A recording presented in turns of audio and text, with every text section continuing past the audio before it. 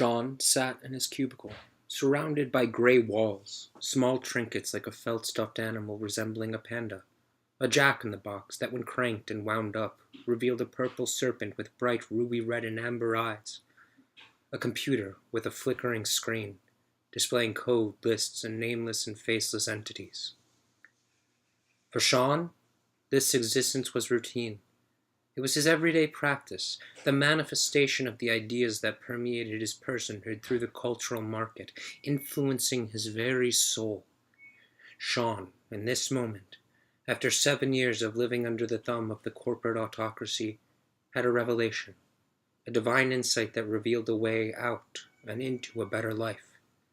If he were to continue this life, this practice of being, bringing into creation the aspects of this system, it would result in the manifestation of a soulless, slave-like, spineless, manipulative man, capable of feeling such indifference towards the world, and yet suckling on its honey by any means. Sean pushed back his rolling chair, swiveled, and stood up.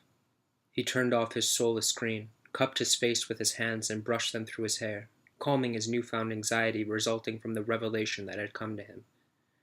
He walked out of his cubicle and into the corporate rows outlining each cell, which when expanded outward, looked like the pattern one would find on an oak leaf under a microscope. Sean walked through these lifeless rows of the corporate machine, where the lost souls swayed by the lies of the corporation mindlessly marched through their daily routine. Sean walked faster and faster until he began to run, throwing off his jacket, unbinding his buttons, undoing his cuffs, and throwing away the tie which wrapped around his neck like a noose every morning, marking his soul's demise, brought about by his own deeds. But now he was reborn. He was reawakened. He was free, ready to take on the responsibility of what that ideal entailed. Sean opened the door of the 9th floor office. Before him was the staircase. The lighting was amber and cast an orange hue on the eggshell white that was drenched over the entirety of the stairway. Sean had never realized this. He always took the elevator, a quick and efficient way to get from point A to B, rather than expending the extra energy to walk from the ground floor to the 9th floor that he worked on. But ultimately, when he did so, he lost the jubilee of existence and the thrill exertion entailed. He walked through the metal door frame distinguishing the area between the 9th floor office and the staircase, and suddenly had a choice before him. He could walk upward, higher into the corporate structure, looking for a new job within the soulless and hypocritical system at play.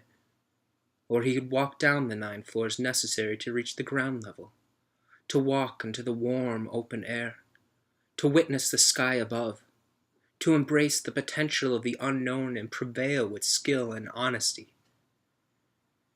To Sean, after 7 years within the corporate machine, whipped into servitude, treated like a cog, ultimately getting nothing from the heteronymous structure that placed itself above, indifferent, and as a hypocrite to those that it played with like marionettes, the choice was clear. The truth that Sean now held in his hands was so obvious to him, so utterly apparent. It was like an axiom that he knew, if he denied, would result in the utter collapse of the structure of the world that had been clearly revealed to him. Sean closed his eyes. He took a deep breath in. He held it.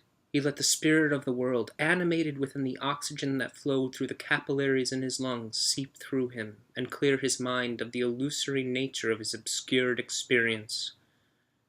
He opened his eyes. His mind was opaque. He knew the way.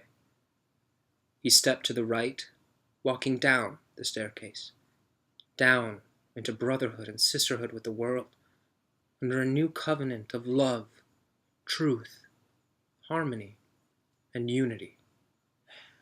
He left the tribe of the corporate world and entered into a new world, a world filled with potential, danger, and reward. Here, now, Sean was released from his corporate chains, becoming the master of his own destiny.